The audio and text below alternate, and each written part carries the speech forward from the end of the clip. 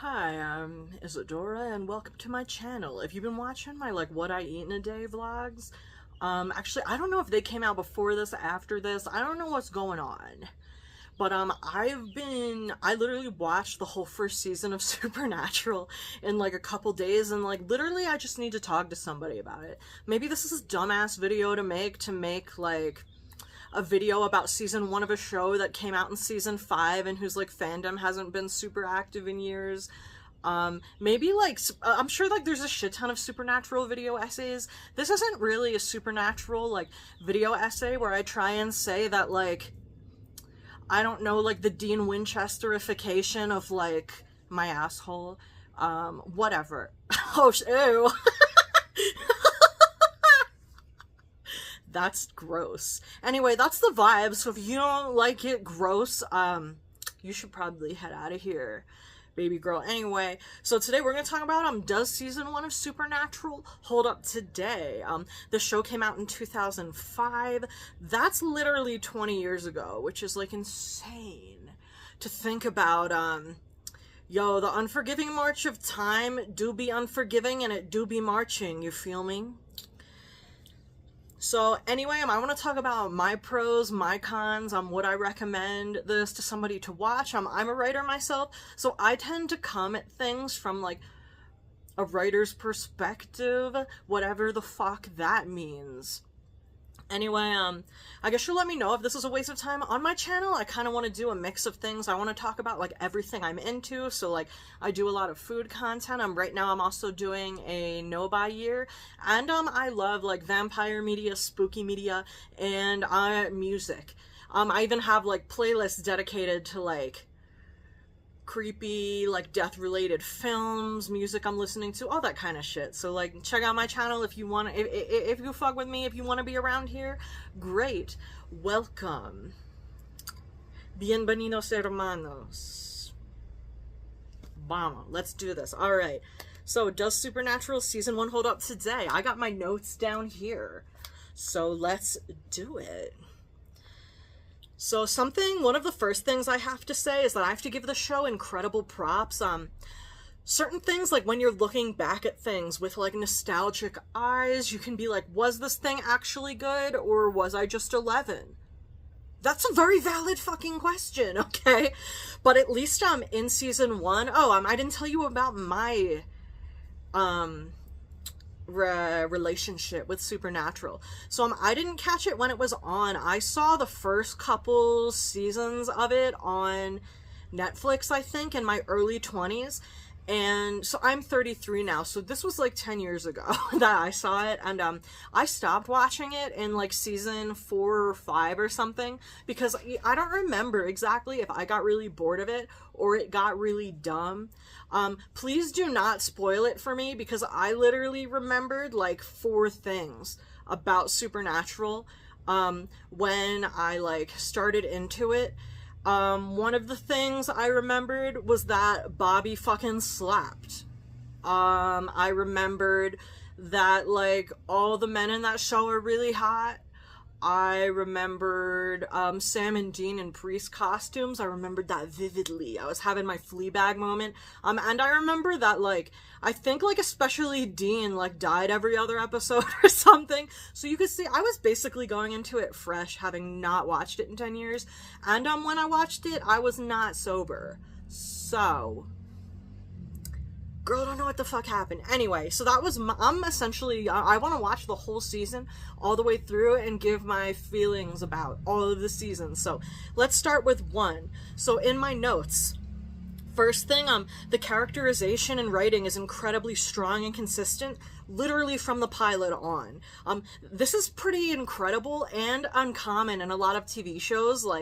Back in the day, you know, I'm old as shit, so I remember when it was usual for TV shows to have 20 plus episodes and filler episodes, and you'd get a season every year instead of every 11 years.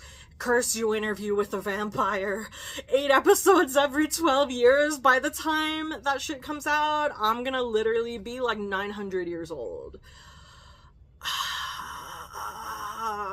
How dare they keep Devil's Minion from me?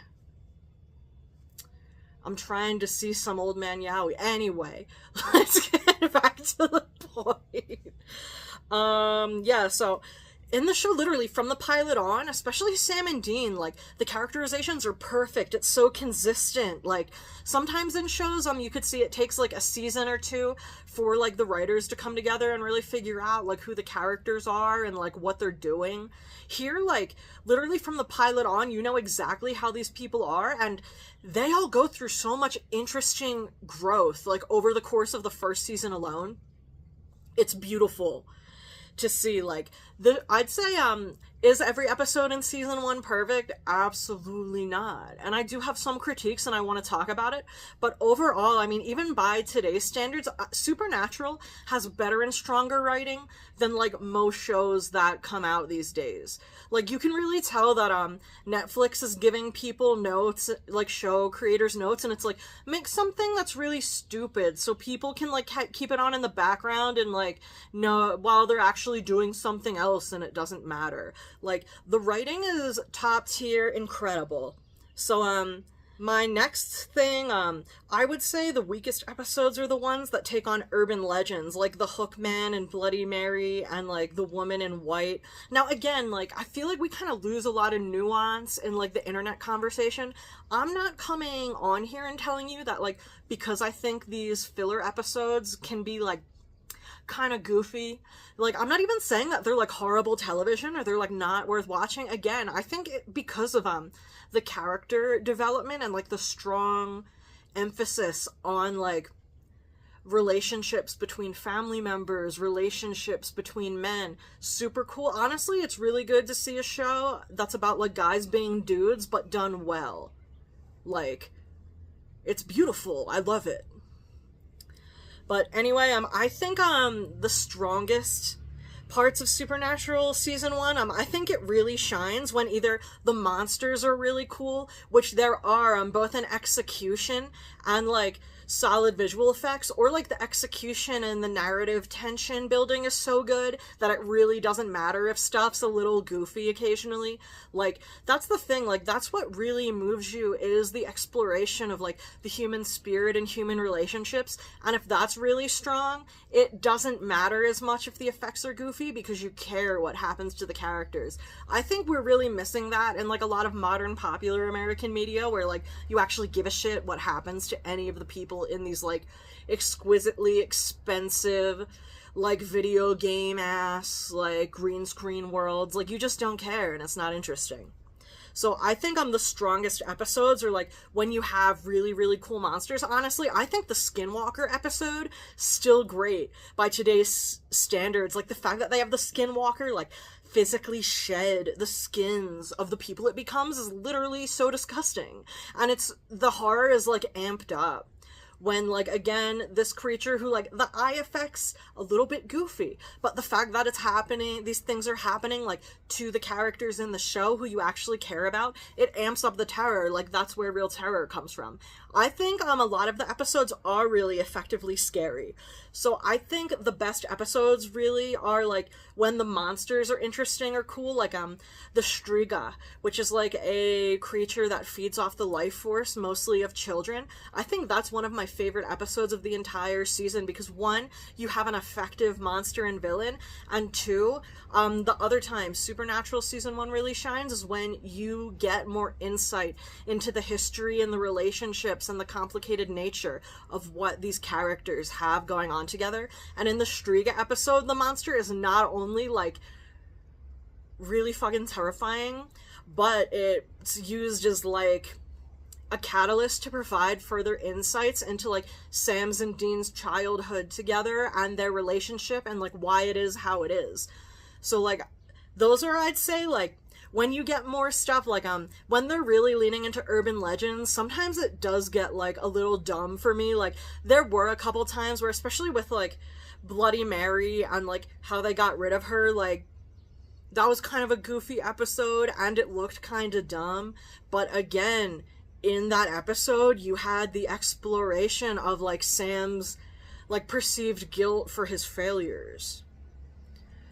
So, like, even when the monster is kind of goofy, there's so much interesting stuff going on with the characters that, like, the shows feel meaningful. Like, I never really watched an episode in season 1 and felt like my time was wasted or nothing happened, or, like, even as a writer, like, they're really good to watch because they show you how to balance, like, creepy, spooky, supernatural stuff and, like, the real human elements which draw us into these worlds.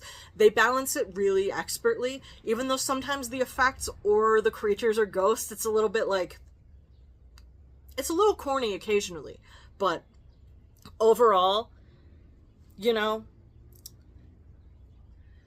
I think it can kind of lose itself. Like, if there's episodes where the effects get too goofy and you're not really deeply exploring the characters, which, like, makes sense. You know, we used to get filler episodes, and considering where the state of media is today, I'm grateful to have a dumb filler episode of characters I enjoy. So it's not even necessarily a complaint.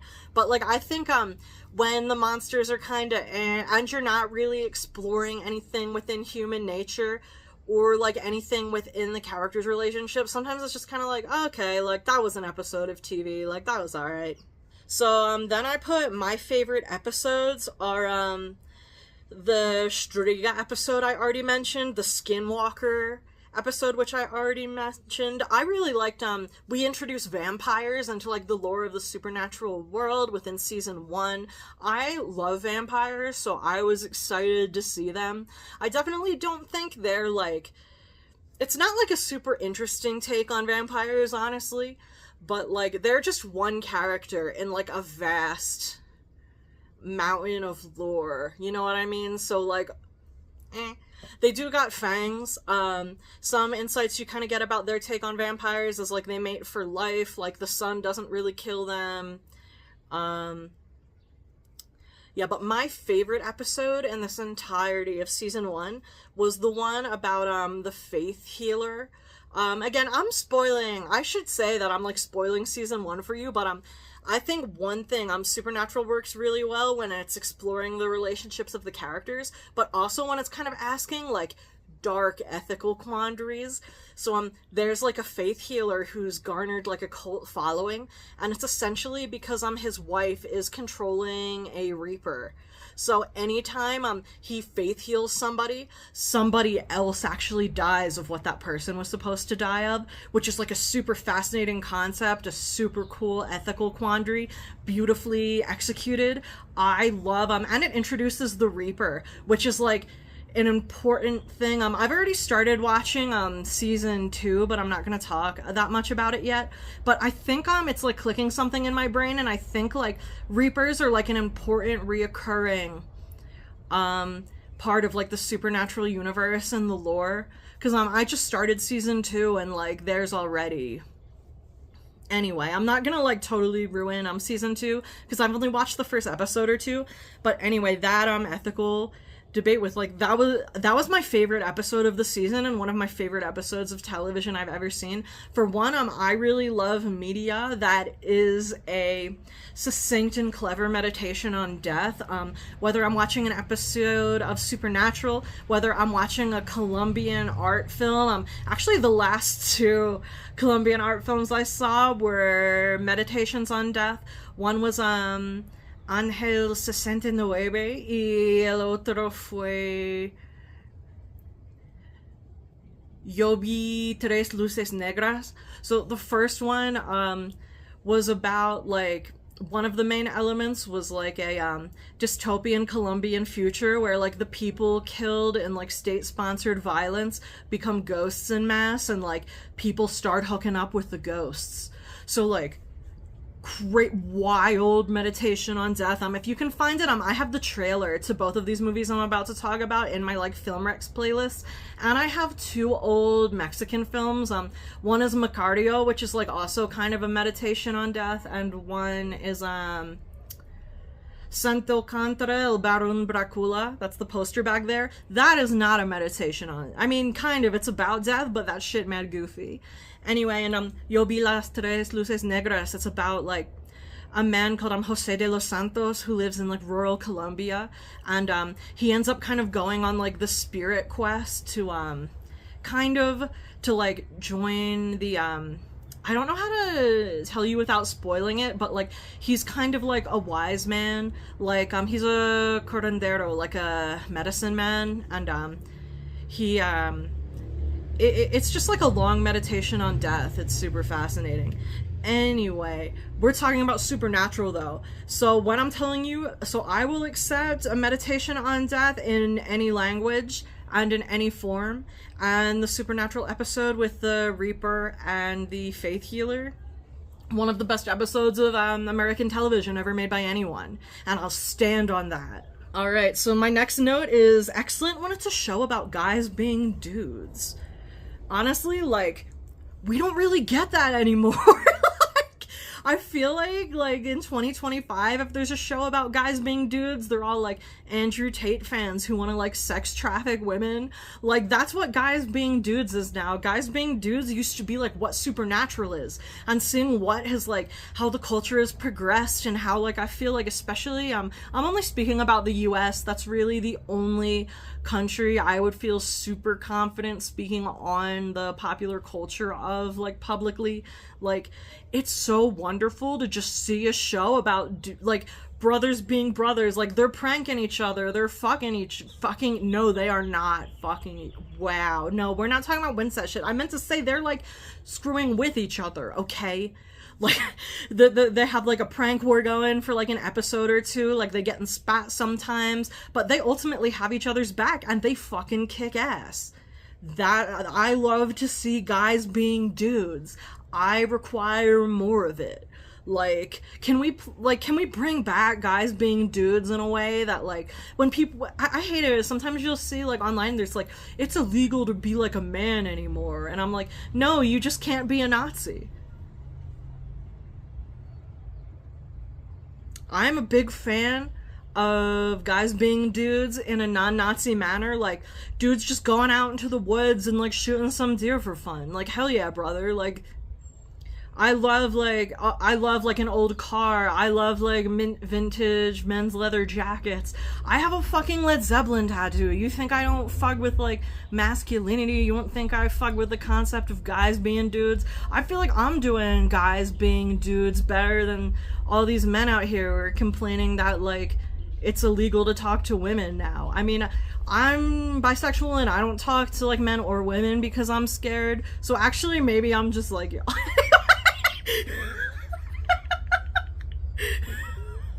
Anyway, great show about guys being dudes. Love it. Something else I said, it's a really excellent exploration of family dynamics, and we really see a lot of cyclical storytelling full of like really interesting parallels. So like honestly, it's really interesting to see this like super kind of fucked up relationship between this like father and his sons that kind of made sons that have a fucked up relationship with each other. And again, part of that is 100% like the traumas that they've experienced. So it's just like cool to see the repeating themes. They really keep you invested. Let me see. I love a reoccurring motif. I love a theme.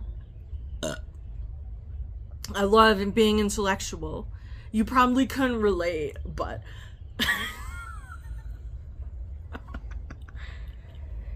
anyway, what else? Oh yeah, I said it's a very man-focused show, yeah, which I actually appreciate as a genuine exploration of the complex relationships that men could have with each other. But I think this really does come at the cost of almost every female character in season 1 feeling like incredibly expendable. It's kind of like I said, it's a kind of a show where women don't seem to exist in the universe at all, unless like they're like 22 and sexualized. They're dying to further the plot of male characters, and they're older and a wife. The only real exception would be Meg. So I said the only woman I remember seeing in the entirety of season 1 who isn't somehow sexualized or somebody's wife is the old woman who they thought was an evil creature sucking the souls out of kids just because she looked like an old woman. Now I said I'm the only reoccurring female character with an actual personality is Meg, but that's actually a woman possessed by a demon. So, like, we actually don't really know anything about Meg or about her as a person or how she would, like, react to things or handle things on a deep level. Like, we know a little bit about her backstory, but pretty much the only woman who has, like, a personality outside of, like, those things that I've mentioned is, like, a woman who's possessed by a demon. So, like, that force is using her body, but it's not really a woman. Which I think that's kind of, like, that's, like, an interesting critique of a show in itself and, like, how women are depicted within the universe of Supernatural Season 1. Like, you pretty much have almost no female reoccurring characters that, like, have a personality of their own, and the only one is actually possessed by a demon, so her agency has been completely removed from her. It's like, in a show which handles, like, demons and darkness and, like, incredible horrifying monsters, like, the most horrifying thing to the writers is, like, female agency. Isn't that funny? I can't really say that. Like, I don't know what was going on with them. And again, like, it is a male-focused show about, like, the male experience and relationships between men, but, like, I do be noticing stuff like that. And I'm not saying that I don't like the show or I don't respect the writers or I don't think they did an incredible job in so many aspects, but that is something that I fucking noticed. Alright, after that, what did I say? I said I love the music, love the car, love the vibes. Yo, watching the show, I'm kind of realizing how much of Dean Winchester I, like, inhaled into my own personality when I was young. I love classic cars, classic rock. I think I was going to, like, this pop-up with my friend, because we were all going to a goth club, and he asked me to help him find an outfit for the goth club, so we went to this vintage pop-up, and, like, we both found sick leather jackets. Like, my boy found a sick leather jacket, but, we didn't find anything for the goth club, but, I really inhaled a lot of Dean Winchester, like, into my personality and my likes going forward. Like, I'm gonna show you a picture of my giant Led Zeppelin tattoo I have. Like, oh man. Also, just seeing the way he, like, interacts with people, I feel like I kind of talk to people like that. I'm like, I think I saw that at some point as a kid, and I was like, that was me. So that's really fucking weird to see. Hate seeing myself reflected at me through art. Like, gay. What did I say? Oh yeah, the acting goes so hard. That is ontologically accurate. Don't ask me what ontologically means. Oh, I said, so there's an episode about, like, a small town with, like, a racist ghost in it, where also, Dean's, like, first real love is, like, when they were kids or whatever is, and, like, I thought that episode where they bring up, like, the racism that was so prevalent in the United States was so interesting, because this show was released in 2005, and I feel like back then you could actually bring up stuff like that and explore it, like, through horror, and explore it in mainstream media. And, like, these days, literally, if there's, like, a character who isn't a white man in a video game, like, dudes piss themselves because they say the game's too political, as if, like, all things aren't innately political. Unfortunately, I wish it wasn't fucking like that, but, like, even if you think that you're privileged enough to escape the cold hand of politics, you're not. I don't know what I'm doing. Is this, like, you will notice the interconnectedness of all things. You will stop being functionally brain dead and calling it a flex. I've been watching too much Supernatural. I think I can fucking put a spell on people. Anyway, I feel like you couldn't make an episode exploring, like, the genuine, like, racial climate of the US today without, like, I don't know, who's that dude who looks like a bobblehead? I can't even, he, like, wants to fuck his sister. If you put out that episode of Supernatural today, that guy would, like, publicly piss himself on air. But yeah, I think for 2005, they had, like, a lot of, like, weirdly interesting, like, humanist and progressive things going on. Like, one thing I really appreciated is, there was an episode where, one girl, like, she was with, a boyfriend who was not doing well, and he basically said that if she left him, he would kill himself to like manipulate her into staying, and she didn't believe him, and she like broke up with him, and he killed himself. So she felt responsible for his death, and Sam and Dean have a talk with her, and they're like, it's not your fault that he did that. He probably would have anyway. And I thought that was really interesting for 2005, because usually when you watch a lot of like older media, everything is a woman's fault all the time. Like, that's something I think about a lot, like when I get dressed or when I go places, or like how I like for a long time I was just really scared to wear like anything even slightly revealing in public, because it's like, as a woman, no matter what a man does to you, it's your fault and you have to go to work tomorrow. But I thought that was like cool to see that. Like, there are certain elements of the show where I'm like, I feel like this is like very forward reaching and interesting for the time period, and I do have a lot of respect for that. I said that. Oh yeah, I said my final note is that I love Sam and Dean's like revolving like costumes. Like, that episode where they were priests, that was one of my only memories from like watching it before, and like, god damn, they were some hot fucking priests. Like, oh man, I was feeling like real Fleabag hours up in here. Like, when they say like, yes, God, that's what they're talking about, is Sam and Dean in priest outfits. Like, real, forgive me, Father, for I have sinned hours. I'm gonna sin again. Real. Was there anything? Those are the end of my notes. Like, did I have any other thoughts? I feel like I am not, like, I do not think, therefore I do not am. You know what I'm saying? Real shit. Oh yeah, in order to be, like, thematically relevant with this episode, I put on my, like, mummy martini earrings, because they're, like, I was gonna say they're the only earrings I have with a monster in them, but that's literally not true. I have, like, ghost earrings,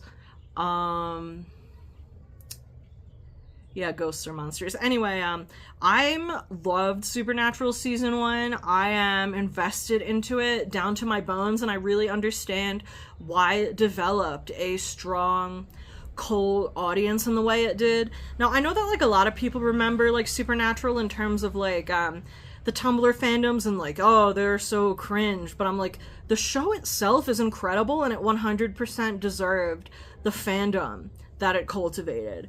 Even though, like, I do have some critiques of it, again, like, you can have critiques of something and realize that something is not perfect and still fundamentally enjoy it and respect the people behind it. Like, nuance, you know what I'm saying? Like, we have the power, we can do it. Yeah, that's it for me. Thanks for watching. This is a long-ass video because I'm a bitch who can't shut the fuck up.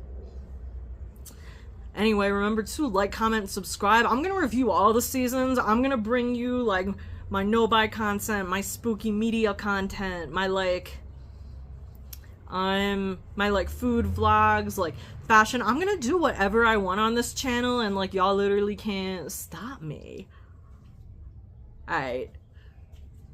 Bye.